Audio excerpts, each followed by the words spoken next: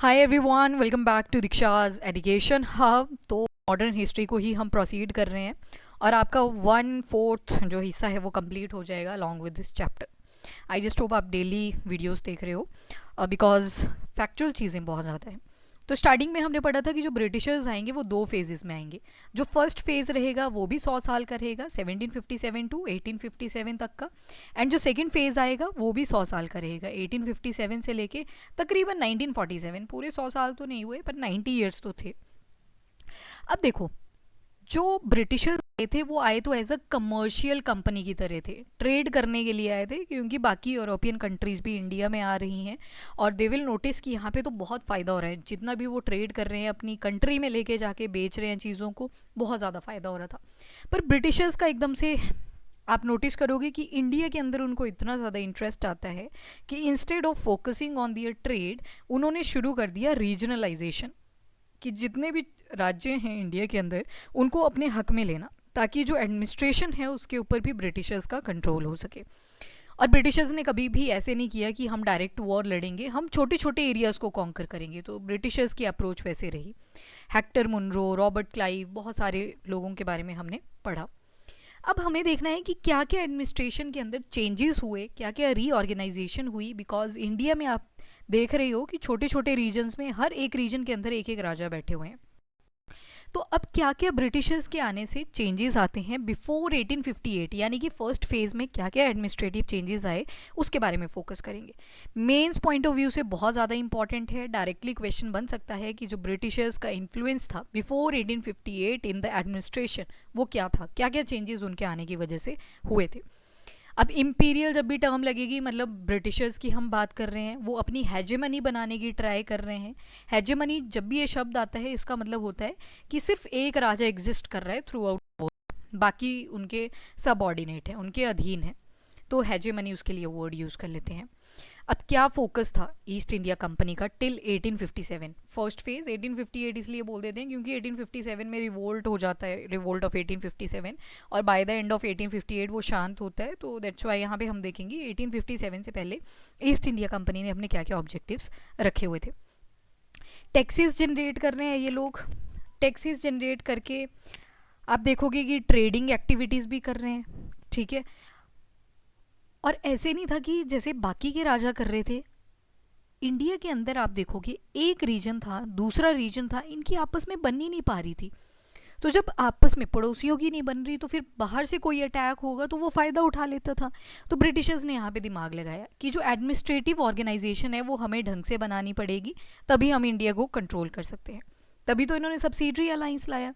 Subsidiary alliance में ये लोग क्या किया करते थे, ये बोलते थे कि राजा जी आप राजा ही रहोगे, पर आर्मी जो होगी वो हमारी होगी, ब्रिटिशर्स की होगी, हम आपको प्रोटेक्शन देंगे, इन रिटर्न आप हमें पैसा दे देना।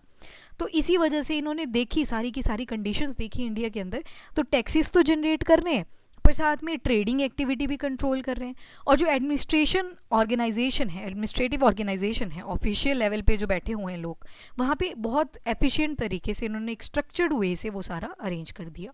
तो ये तो पहले इनके ऑब्जेक्टिव आ गए। स्टार्टिंग में हम देखते हैं कि ईस्ट इंडिया कंपनी है, ब्रिटिश ईस्ट इंडिया कंपनी, उनका जो मेन फोकस था वो था सिर्फ प्रॉफिटेबल ट्रेड, कि जो भी इंडिया से हम प्रोडक्ट लेके अपने ब्रिटेन जाएंगे वहाँ पे हमें सिर्फ फ़ायदा मिलना चाहिए। पहले इनका फोकस इस पे था, प्रॉफिटेबल ट्रेड। हम देखते हैं मुगल एम्प्रर से मिलते हैं ऊपर जाके, दिल्ली में जो बैठे हुए थे उनको बोला करते थे हमें दस्तक दे दो, फ्री पासिस दे दो। पहले इन्होंने फ्री पासिस का मिसयूज़ करना शुरू करा ताकि और ज़्यादा प्रॉफिट इनको मिल सके। उस टाइम के इनके कोई भी ऐसे इंटेंशन नहीं थे कि हमें रूल करना है इंडिया के अंदर, हमें अपनी एडमिनिस्ट्रेशन चलानी है।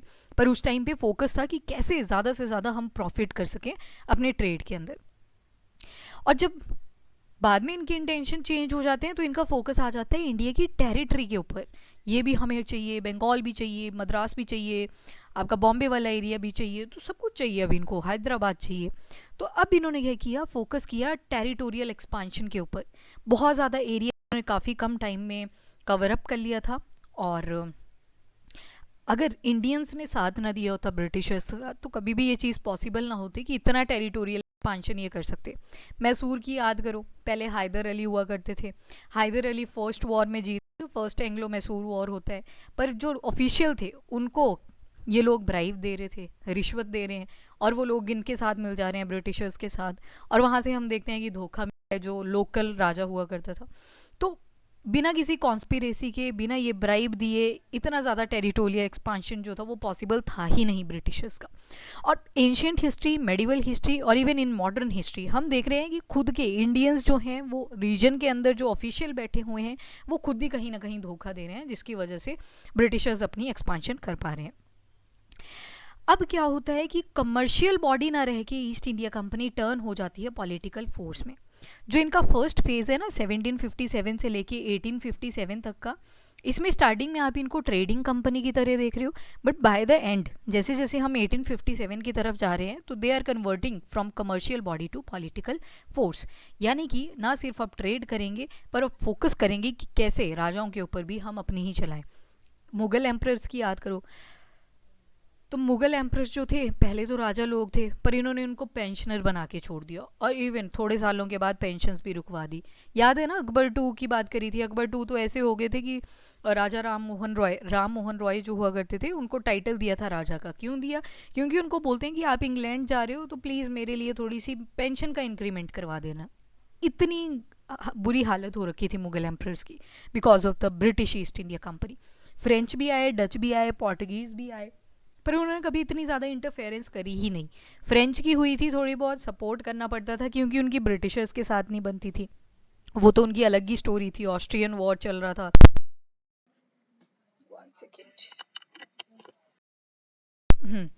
तो ये सारी चीज़ें चल रही हैं। अब चलो बंगाल में। जब वॉरेन हेस्टिंग बने थे ना गवर्नर जनरल, याद है ना, वॉरेन हेस्टिंग ही फर्स्ट गवर्नर जनरल भी थे बंगाल के। जब रेगुलेटिंग एक्ट 1773 आया था तो उसके तहत बंगाल को एक इम्पॉर्टेंट दर्जा दे दिया जाता है। बंगाल ही क्यों चूज़ किया गया, ना कि मद्रास, ना ही जो मद्रास था, ना ही बॉम्बे वाला एरिया, इनको क्यों चूज़ नहीं किया गया? क्योंकि जो बंगाल वाला था वो कंपैरेटिवली एक तो सेफ एरिया था, ऊपर से फर्टाइल काफ़ी है, तो अगर ब्रिटिश रेजिडेंट्स भी यहाँ पे आके रहते हैं तो फूड की कमी नहीं होने वाली थी। ऑल्दो हम 1858 के बाद पढ़ेंगे अभी जो फेमीन फैलता है बंगाल के अंदर, पर वो कुछ और स्टोरी थी, वो नेचुरल रीजंस की वजह से थी। तो ज़्यादा इंपॉर्टेंस किसको दे दी गई थी? बंगाल को। और जो फर्स्ट गवर्नर की पोजीशन दी गई वो किसको दी गई थी? Warren Hasting. उसके बाद कॉर्नवालिस आए थे। कॉर्नवालिस जो थे और वॉरेन हेस्टिंग जो थे, इन्होंने काफ़ी ज़्यादा इंपॉर्टेंट रोल प्ले करा है in the administration of Bengal. इन्होंने एक नया सिस्टम स्टार्ट कर दिया था ब्रिटिश पैटर्न पे जो बेस था, उसको बोलते थे इंपीरियल ऑब्जेक्टिव। मतलब ये अपने बारे में अब ज़्यादा सोच रहे थे instead of the people of Bengal. और इवन एक और चीज़, 1757 से लेके 1857 तक आप नोटिस करोगे कि ईस्ट इंडिया कंपनी रूल कर रही है। अभी कंपनी बोल रहे हैं हम, और जैसे ही 1858 के बाद का टाइम चलेगा 1947 तक, तो ब्रिटिश क्राउन आ जाएगा। रिवोल्ट ऑफ 1857 से रियलाइजेशन होती है ब्रिटेन के अंदर पार्लियामेंट में कि ये लोग कर क्या रहे हैं, वहाँ पे हमारा नाम बिगाड़ रहे हैं, तो अब हमें जाना पड़ेगा इंडिया के अंदर। फिर आप देखते हो विलियम बेंटिक वगैरह भी आते हैं, सती सिस्टम जो इंडिया के अंदर चल रहा था उसको बंद करवा देते हैं, बैन करवा देते हैं। तो कुछ अच्छे काम भी करवाएंगे अभी ये जब ब्रिटिश क्राउन आएगा, क्योंकि अपनी इज्जत भी बचानी थी। ईस्ट इंडिया कंपनी ने तो ब्रुटैलिटी कॉज करके रखी हुई थी पूरे इंडिया के अंदर। उसके बाद रॉबर्ट क्लाइव के बारे में याद है ना आपको? He played a very important role in Bengal again. 1757 से 1760 तक इनका इंपॉर्टेंट रोल रहेगा। 1757 की याद है ना, बैटल ऑफ प्लासी हुई थी बंगाल के अंदर यहाँ पे। तो कैसे इन्होंने कॉन्स्पिरेसी क्रिएट करी थी, क्योंकि इनके आर्मी में जो पर्सन थे वो तो बहुत कम थे, उधर सिराजुद्दौला की आर्मी बहुत बड़ी थी, तो उनको हराने के लिए कॉन्स्पिरेसी रचनी पड़ी थी रॉबर्ट क्लाइव को। 1757 एंड 1760 तक इनका रूल रहता है। फिर 1761 में एक और युद्ध होता है जिसको बोला था बैटल ऑफ बक्सर। याद है ना, बैटल ऑफ बक्सर बिहार के और बंगाल के बॉर्डर वाले एरिया पे हुआ करता था एक area, that is the Buxar area. तो उस टाइम पे हेक्टर मुनरो लड़े थे। फिर दोबारा से किसका इंपॉर्टेंट रोल प्ले होगा? दैट इज़ रॉबर्ट क्लाइव का। 1765 से 1767 दो साल के लिए रुकेंगे, और इन्होंने ड्यूअल सिस्टम ऑफ गवर्नमेंट शुरू कर दिया यहाँ पे बंगाल के अंदर during his first tenure. Dual system याद है ना आपको? ये अगर आपने नहीं करे हैं शॉर्ट वीडियोस तो उनको ज़रूर से देखना, क्योंकि वहाँ पे मैंने ये पूरे कवर अप करवा दिए हैं। रेगुलेटिंग एक्ट से लेके government of India act 1935, even Indian council act, सारे हमने वहाँ पे कवर अप कर लिए हैं, पूरे डिटेल में करे हैं। अब जो आएंगे वो दोबारा से पूरा डिटेल में वो आएगा आपके पॉलिटी वाले सेक्शन में, जब हम हिस्टोरिकल डेवलपमेंट ऑफ कॉन्स्टिट्यूशन पढ़ेंगे। तो हम देखते हैं ड्यूअल सिस्टम में दो बोर्ड्स बने थे, एक को बोलते थे कोर्ट ऑफ डायरेक्टर्स और दूसरे को बोल दिया करते थे बोर्ड ऑफ कंट्रोलर्स। ठीक है। अब देखो डायरेक्टर वाला जो था ये कमर्शियल जितनी भी चीज़ें होती थी उनके ऊपर कंट्रोल रखा करते थे, एंड जो बोर्ड ऑफ कंट्रोलर था ये पॉलिटिकल चीज़ों पे ध्यान रखा करते थे। ठीक है, चलो ये तो खैर दोबारा से पढ़ेंगे इनको, अभी पॉलिटी में डिटेल में आएंगे, पर एक बार वो शॉर्ट वीडियो ज़रूर से देख लेना। अब कंपनी जो ईस्ट इंडिया कंपनी थी इन्होंने दीवानी फंक्शन भी एक्वायर कर लिया। जब भी दीवानी वर्ड आ जाए यहाँ पे पैसे की बात होगी। और जो निज़ामत फंक्शन था वो भी बंगाल के सूबेदार से अपने अंडर कर लिया था, यानी कि जितने भी रूल्स एंड रेगुलेशन का दर्जा था वो भी किसने ले लिया, ईस्ट इंडिया कंपनी ने। देख रहे हो ना आप, सिराजुद्दौला के बाद मीर जाफ़र को बिठाया था गद्दी पे, और फिर मीर जाफ़र जो था वो एक कठपुतली की तरह रह गया था। फिर मीर जाफ़र को हटाया जब ये रिवोल्ट करने की ट्राई करता है, तो मीर काजिम को ले आए थे। मीर काजिम दामाद था मीर जाफ़र का, और मीर काजिम ने देखा कि ये तो बड़े बुरे कठपुतली की तरह ट्रीट कर रहे हैं, एंड दे डिसाइडेड कि मुझे मिलना चाहिए अवध और दिल्ली के राजाओं से, उनसे बात करके लड़ाई करनी पड़ेगी। तभी तो बैटल ऑफ बक्सर हुई थी। तो मीर काजिम जो थे उनको दोबारा से हटा दिया जाता है, मीर जाफ़र को गद्दी पे बिठा दिया जाता है। तो यहाँ पे आप देख रहे हो कि जो निज़ामत वाला है और जो दीवानी है दोनों के दोनों किसके पास जा चुके हैं, ईस्ट इंडिया कंपनी। क्योंकि जो राजा लोग हैं बंगाल के वो अब सिर्फ पपेट बचे हुए हैं, वो सिर्फ कठपुतली की तरह एक्ट कर रहे हैं। जो ब्रिटिशर्स थे सबसे ज़्यादा जो इम्पोर्ट किया ना चीज़ों का सस्ते दाव पे, वो करा है ब्रिटिशर्स ने। पोर्टुगीज़ भी लेके जा रहे हैं, डच भी लेके जा रहे हैं, फ्रेंच भी लेके जा रहे हैं, पर जो सबसे ज़्यादा एक्सप्लॉइटेशन करी इंडियंस की वो किसने करी, ब्रिटिशर्स ने। अभी इंडिगो की खेती देखेंगे, ब्लू कलर था, पेस्टी जो कलर्स होते हैं ना, पिंक भी आता है ब्लू भी आता है, तो उसकी खेती करवाने लगेंगे इतने फर्टाइल एरिया के ऊपर, जबकि वो बंजर एरिया पे भी उग जाता है। वो अभी आएगा, नील दर्पण वगैरह हम पढ़ेंगे। पर यहाँ भी आप नोटिस करोगे कि जो ब्रिटिशर्स हैं सबसे ज़्यादा इंपोर्ट जो चीज़ों का कर रहे हैं अपनी कंट्री के अंदर, वो ब्रिटिशर ही कर रहे हैं इस टाइम पे। ये लो जी आगे ग्रेट फेमीन ऑफ बंगाल, जहाँ पे एक तसल्ली थी कि बंगाल के अंदर जो है एग्रीकल्चर बहुत ज़्यादा फ्लरिश करेगा यहाँ से, क्योंकि गंगा रिवर जा रही है, गंगा दोआब बन जाता है, इधर से ब्रह्मपुत्र रिवर टच करते हुए जाती है, हुगली रिवर एंड ऑल। तो यहाँ पे एक भरोसा तो था कि बंगाल के अंदर कभी फेमीन नहीं आएगा। पर ये जो फेमीन वाली भुखमरी वाली कंडीशन आती है 1770 के अंदर, ये नेचुरल थी। ठीक है, इसमें कोई भी यानी कि फोर्स इन्वॉल्व नहीं थी, ना तो वहाँ के लोकल राजा ना ही ब्रिटिशर्स। तो 1/3 जो पॉपुलेशन थी वो मर गई थी ड्यू टू स्टारवेशन, भूख से ही मर गई 1/3 पॉपुलेशन बंगाल की ड्यू टू स्टारवेशन। और ये नेचुरल कॉजेज़ की वजह से हुई थी, और इसको रिड्यूस करने के लिए कोई भी स्टेप नहीं लिया गया, ना तो लोकल राजाओं के द्वारा ना ही किसी ब्रिटिशर के द्वारा। तो ये जो फेमीन हुआ था, great famine of Bengal, that happened in 1770।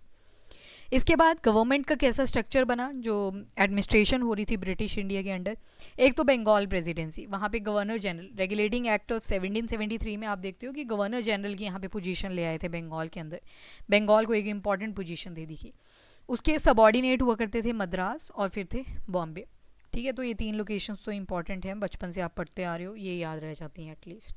और ये डिसाइड किया गया जो पार्लियामेंट है, ये पार्लियामेंट कहाँ पे बैठी है, ये बैठी हुई है आपके ब्रिटेन में। तो जो ब्रिटिश गवर्नमेंट है वो बेसिक पॉलिसीज़ जितनी भी है कंपनीज़ की इंडियन एडमिनिस्ट्रेशन में, वो उनको सपोर्ट करेंगे। अब यहाँ पे जो ईस्ट इंडिया कंपनी बैठी हुई है ना इंडिया के अंदर, और यहाँ ब्रिटेन आप चले जाओ, इनको मिसअंडरस्टैंडिंग बड़ी हो रखी थी। इनको पता ही नहीं था कि इतनी एक्सप्लॉइटेशन कर रहे हैं इनके कंपनी के लोग, जिनको ट्रेड के लिए भेजा है वो एक्सप्लॉइटेशन कर रहे हैं इंडियंस की। तो यहाँ पे जो ब्रिटिशर्स बैठे हुए थे, ये लोग यहाँ पे इस पार्लियामेंट से जो है यहाँ पे डिसीजन मेकिंग अलाउ कर रहे थे कंपनी को, कि क्या कर सकते हो आप, कैसे चेंजेस कर सकते हो एडमिनिस्ट्रेशन लेवल के ऊपर। इनकी तरफ से तो ये सिविलाइजेशन सिखा रहे हैं इंडियंस को। ठीक है, बोलते हैं ना कि वाइट मैन बर्डन थ्योरी एक सुनते होंगे आप, जिसमें बोला जाता है कि ये जो गोरे लोग हैं इनको रिस्पॉन्सिबिलिटी दी गई है कि बाकी लोगों को सिविलाइजेशन सिखाने के लिए। पर इनको पता ही नहीं है कि एंशियंट हिस्ट्री पढ़ोगे तो इंडस वैली सिविलाइजेशन एग्जिस्ट करती थी एक टाइम पे।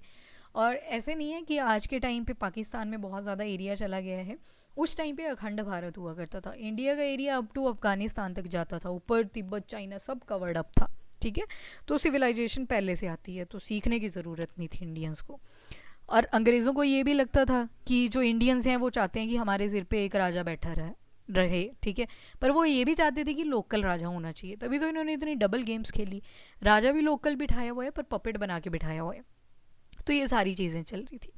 अब ट्रेड तो सारे कर रहे हैं, पोर्टुगीज़ भी कर रहे हैं, डच भी कर रहे हैं, फ्रेंच भी कर रहे हैं, ब्रिटिशर भी कर रहे हैं, पर मोनोपोली किसकी इंक्रीज़ होती जा रही है, ब्रिटिशर्स की। तभी तो फ्रेंच तो निकल गए, उनकी लड़ाइयाँ हुई, कार्नेटिक वॉर्स हुए, कुछ खास डोमिनेंस हो ही नहीं पाई। चेक रख रहे थे पूरा ब्रिटिशर्स, तो उनके तो कुछ खास डोमिनेंस वैसे भी नहीं थी। पोर्टुगीज़ को पानी में ज़्यादा इंटरेस्ट था। डच वाले जो थे ये साउथ ईस्टर्न एशिया जो रीजन है, इंडोनेशिया मलेशिया, यहाँ पे उनको ज़्यादा इंटरेस्ट आ गया था। तो बचे कौन थे? ब्रिटिशर्स ही बचे हुए थे। ठीक है, तो जो ट्रेड में मोनोपोली जनरेट हो रही है वो इस टाइम पे ब्रिटिशर्स की हो रही है। नाउ कंपनी रूल रहता है आपका 1757 टू 1857। यहाँ पे बोला कंपनी रूल, यानी कि जो ट्रेड करने के लिए आए थे ऑफिशियल्स, उनकी बातचीत हो रही है। इसके बाद मैंने जैसे कि बोला सेकंड फेज में आप देखोगे ब्रिटिश क्राउन आ जाएगा। जो पार्लियामेंट में ब्रिटिश यानी कि ब्रिटेन की पार्लियामेंट में जो लोग बैठे हुए हैं वो खुद उठ के अब इंडिया में आएंगे। क्वीन एलिजाबेथ सुना होगा आपने, जेम्स थॉमस सुने होंगे, तो वो सारे अब उठ के कहाँ पे आ जाएंगे? इंडिया आएंगे, क्योंकि वो देखेंगे यहाँ पे एक्सप्लॉयटेशन चल रही थी। Court of director, board of controller, governor general थे जो काउंसिल के अंदर, जो गवर्नर जनरल की काउंसिल थी उसमें 3 मेंबर्स बैठा करते थे। चलो ये तो अभी डिटेल में और आएगा पॉलिटी वाले सेक्शन में। कोर्ट ऑफ डायरेक्टर, ये इंग्लैंड में सिस्टम चलता था, इंडिया में भी एस्टेब्लिश करा। जो कोर्ट ऑफ डायरेक्टर थे इसमें 24 डायरेक्टर्स बैठा करते थे, ऑफिशियल्स बैठा करते थे। तो जितना भी ईस्ट इंडिया कंपनी का मैनेजमेंट रिलेटेड वर्क हुआ करता था वो सारा कौन देख रहा है? Court of director. और हर साल ये इलेक्ट होते थे with the tenure of 4 years. उसके बाद बोर्ड ऑफ कंट्रोलर जो थे, ये पूरा का पूरा जितना भी रेवेन्यू है वो सारा कौन चेक कर रहा है? वो कर रहा है board of controller. I think मैंने पहले उल्टा बोल दिया था, कंट्रोलर मैंने पॉलिटिक्स बोल दिया और कोर्ट ऑफ डायरेक्टर में मैंने बोल दिया था कि कमर्शियल जो बिजनेस रिलेटेड चीज़ें थी उनको कंट्रोल कर रहे थे। आई एम सो सॉरी, उसको करेक्ट कर लेना एक बार, यहाँ पे उल्टा बोल दिया था। कंट्रोलर जो थे वो रेवेन्यू देख रहे हैं और डायरेक्टर जो हैं वो पॉलिटिक्स देख रहे हैं। इंग्लिश कलेक्टर जो थे हर एक डिस्ट्रिक्ट में सेलेक्ट कर दिए गए और ये फिर अब रेवेन्यू और जो टैक्सेस जनरेट होते थे किसी पर्टिकुलर एरिया से, यही लोग उसको कलेक्ट करेंगे। और जो ट्रेजरी थी उसको रिमूव कर दिया मुर्शिदाबाद से कैलकटा, क्योंकि सारे के सारे ब्रिटिशर आके बैठे तो बंगाल में ही हैं, तो इन्होंने ट्रेजरी को भी वहाँ पे शिफ्ट कर दिया और एक अकाउंटेंट जनरल भी वहाँ पे अपॉइंट कर लिया जो कि पूरा चेक रखेगा कि कितना जो रेवेन्यू है वो कहाँ से जनरेट हुआ। फिर मैसूर वालों को बोलेंगे हाँ जी तुम्हारा इतना ही रेवेन्यू जनरेट हुआ है। फॉर एग्जाम्पल अगर 1 करोड़ होना था, इनको मैसेज देते रहेंगे कि अभी तक 50 लाख ही हुआ है, 50 लाख कहाँ है। तो इस तरह से ये कहीं ना कहीं मोनोपोली जनरेट करेंगे थ्रू आउट द इंडिया। अभी बोला ना कि गवर्नर जनरल की एक काउंसिल भी थी, तो काउंसिल के अंदर क्या क्या चीज़ें थी वो देखो। ये अब बंगाल प्रेसिडेंसी में है। 3 एरियाज हमने देखे इंपॉर्टेंट है। Number 1 is Bengal, second is Bombay and third 1 is Madras. पर सबसे ज़्यादा इंपॉर्टेंस दी गई बंगाल वाले एरिया को। गवर्नर जनरल की जो काउंसिल थी इनके पास सिविल पावर्स भी थी, यानी कि लोगों के लिए जो रूल्स एंड रेगुलेशन बनाएंगे वो भी बनाएंगे यही लोग, गवर्नर जनरल की काउंसिल। एंड जो मिलिट्री फंक्शन थे वो भी किसके थे? इन्हीं के थे, गवर्नर जनरल जो काउंसिल में बैठी हुई थी। उसके बाद 2 प्रेसिडेंसीज थी जो कि सबॉर्डिनेट थी बॉम्बे के, यानी कि उनकी बंगाल के, जो कि इनके ही अधीन रहेगी। जैसे कि मैंने आपको बताया 1773 के अंदर जो बंगाल वाला एरिया था उसको ज़्यादा इंपॉर्टेंस दे दी जाती है rather than Bombay and Madras. मतलब जो मेन हेड सीट होगी वो कहाँ पे होगी? कैलकटा। इवन 1774 में जो सुप्रीम कोर्ट था पहले वो भी कहाँ पे एस्टेब्लिश हुआ था? बंगाल के अंदर ही हुआ था। तो अदर 2 प्रेसिडेंसीज कौन सी हुआ करती थी? बॉम्बे एंड मद्रास। मतलब अगर बाकी जगह पे मैसेज कन्वे करना है तो वो पहले मद्रास जाएगा, फिर बॉम्बे जाएगा और फिर बॉम्बे से आगे नॉर्थ में अगर भेजना है मैसेज तो वहाँ से जाएगा। साउथ में वाला जो होगा that will be focused by Madras वाला एरिया। अब जो गवर्नर्स हुआ करते थे ना, ये जितने भी आपने पढ़े, वॉरेन हेस्टिंग पढ़े, कॉर्नवेलिस पढ़े, विलियम बेंटिक पढ़ोगे, ये जो ब्रिटेन के अंदर बैठी थी पार्लियामेंट के अंदर, उनके अंडर हुआ करते थे, उनके मेंबर्स हुआ करते थे जो कि इंडिया आते थे एज अ गवर्नर। बस इतना सा पॉलिटिकल कंट्रोल था ब्रिटेन की साइड से। जबकि हम फ्रेंच का देखते थे तो उल्टा था बिल्कुल केस। ज़्यादा जो कंट्रोल था वो फ्रेंच की गवर्नमेंट कर रही थी फ्रांस में बैठ के, जिस वजह से वो डिफीट भी हुए इंडिया के अंदर, क्योंकि जब तक वहाँ से हाँ नहीं आएगी तब तक ये लड़ भी नहीं पाते थे और ब्रिटिशर्स इनको पीट के चला जाया करते थे। So that happen. अब 2 लोग थे ब्रिटिशर्स में जिनके अंडर हम देखते हैं इंडिया की एडमिनिस्ट्रेशन ऑर्गेनाइजेशन पूरी की पूरी चेंज हो जाती है। एक थे वॉरेन हेस्टिंग और दूसरे थे लॉर्ड कॉर्नवेलिस, तो इनका नाम सबसे ज़्यादा आता है। जो ब्रिटिश गवर्नमेंट थी 3 पिलर्स पे ये लाए कर रहे थे। एक था सिविल सर्विसेज, दूसरी थी आर्मी और तीसरी थी पुलिस। जो भी रूल्स एंड रेगुलेशन थे यही चेक किया करते थे, सिविल सर्विसेज, आर्मी, पुलिस। पहले सिविल सर्विसेज के बारे में देखते हैं।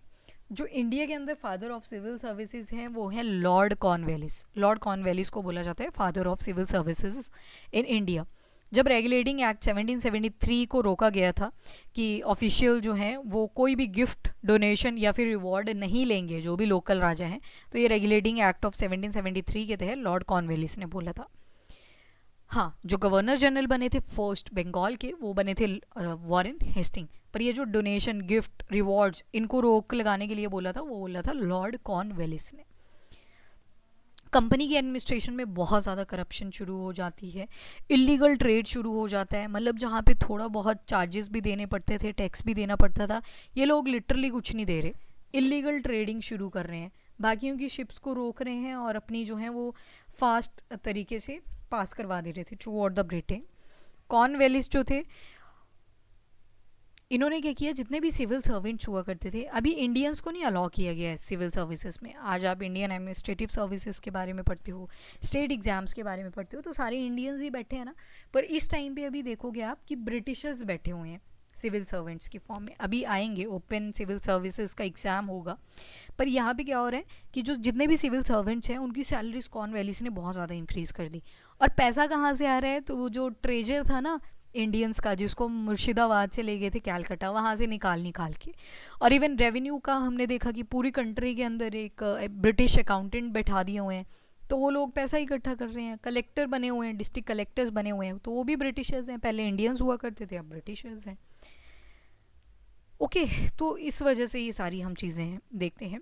एक कॉविनेंटेड सिविल सर्वेंट बनाया गया था, जिसको कॉन्ट्रैक्ट बेस्ड पे रखा गया था, मतलब कुछ टाइमलाइन होगी, उतने में ही उसका काम रहेगा, फिर वो चला जाएगा। कॉविनेंटेड सिविल सर्वेंट उसको बोला करते थे।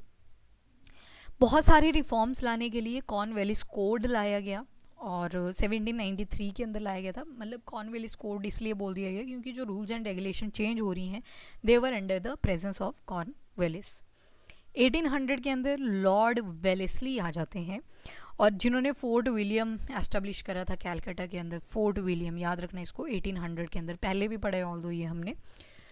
ये क्यों ओपन करा गया था कि जितने भी यंग रिक्रूट्स हैं उनको हम सिविल सर्विसेज की ट्रेनिंग देख सके फोर्ट विलियम के अंदर, कैलकाटा के अंदर। तो ट्रेनिंग सेंटर की तरह ये फोर्ट विलियम एस्टेब्लिश करा गया था। एक नया एजुकेशनल इंस्टीट्यूशन बना दिया गया हेलीबरी, जो कि इंग्लैंड में था, और 1806 में ये ओपन करा गया था। जितने भी यंग एस्पिरेंट्स हैं इंडियंस, वो जा सकते थे इंग्लैंड। ठीक है, तो पहले ये जो सिविल सर्विसेज का एग्ज़ाम हुआ करता था इंडिया का, वो इंग्लैंड में जाके ही हुआ करता था।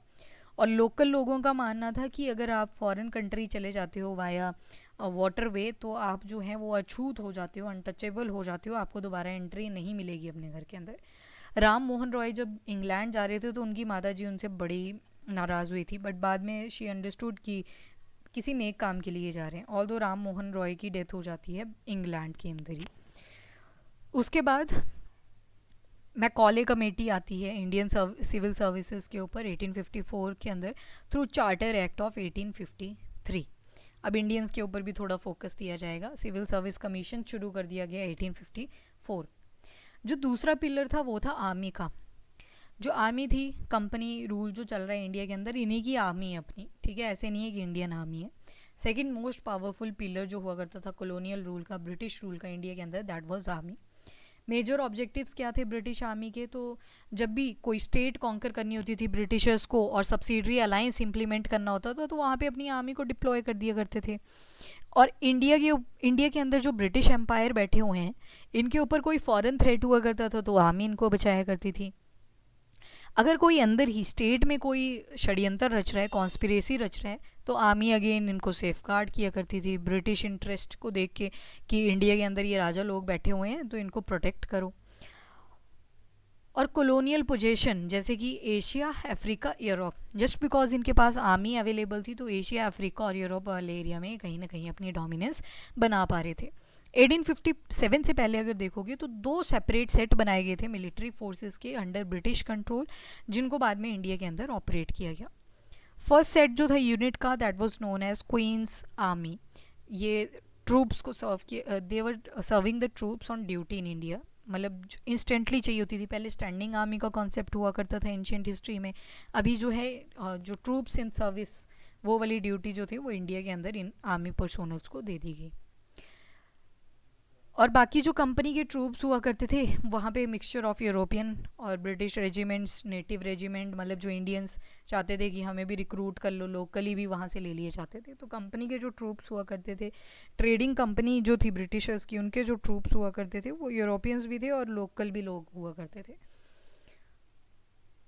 हाँ, पर एक रूल था कि कोई भी इंडियन कभी कमांड नहीं करेगा, कमांडिंग ऑफिसर जो थे वो सिर्फ ब्रिटिशर्स ही होंगे, और ये वाला रूल जो था वो बहुत स्ट्रिक्टली फॉलो किया जाता था।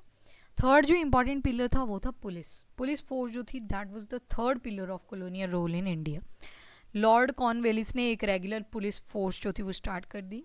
इंडियन सिस्टम में थानास का जो आइडियाज़ था, आज बोलते हैं ना थाने चलो, तो थाना का जो आइडिया था वो लॉर्ड कॉर्नवेलिस लेके आए थे।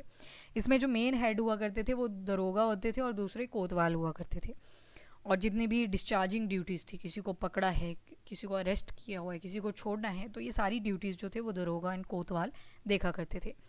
उसके बाद डिस्ट्रिक्ट डीएसपी आप सुनते हो, डिस्ट्रिक्ट सुपरिटेंडेंट ऑफ पुलिस, ये वाली पोजीशन क्रिएट कर दी गई जो कि हाईएस्ट पुलिस ऑफिसर माना जाता था एट द डिस्ट्रिक्ट लेवल। सुनते हो ना आप डीएसपी, स्टेट का एग्ज़ाम देते हो तो डीएसपी लिखते हैं, वहीं पे अगर यूपीएससी का एग्ज़ाम देते हो तो आईपीएस लगते हैं, ठीक है, इंडियन पुलिस सर्विस। तो यहाँ पे डिस्ट्रिक्ट सुपरिटेंडेंट ऑफ पुलिस ये सब लॉर्ड कॉर्नवेलिस की प्रेजेंस में लग रहा है।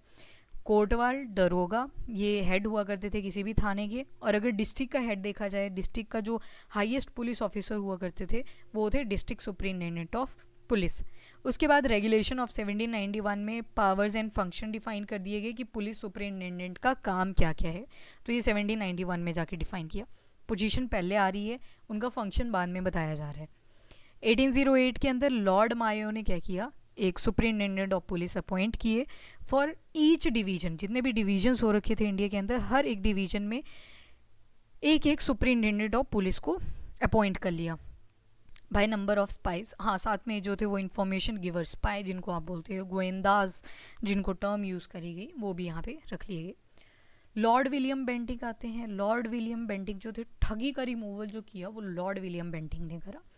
राम मोहन रॉय के साथ अच्छी बनती थी लॉर्ड विलियम बेंटिंग की, उनके साथ मिलकर उन्होंने सती प्रथा को भी ख़त्म किया था इंडिया के अंदर से। पहले जैसे ही पति की डेथ होती थी तो उनकी पत्नी को भी आग में जला दिया जाता था, तो वो लॉर्ड विलियम बेंटिंग उसमें राम मोहन रॉय का सपोर्ट करते थे कि ये जो सती प्रथा है ये ख़त्म होनी चाहिए, जबकि लोग बोलते थे कि वो प्योर है लेडी, तभी तो अपने पति के साथ मर गई, बट ये जो चीज़ थी वो ख़त्म करवाई थी विलियम बेंटिंग ने। The power of zamindar at district level were transfer to British magistrate. पहले ज़मींदार एक्सप्लॉइट करते थे फार्मर्स को, अब ब्रिटिशर मैजिस्ट्रेट जो हैं उन फार्मर्स को एक्सप्लॉइट करेंगे, क्योंकि अब ज़मींदारी वाली जो पावर थी वो दे दी गई है ब्रिटिश मैजिस्ट्रेट को।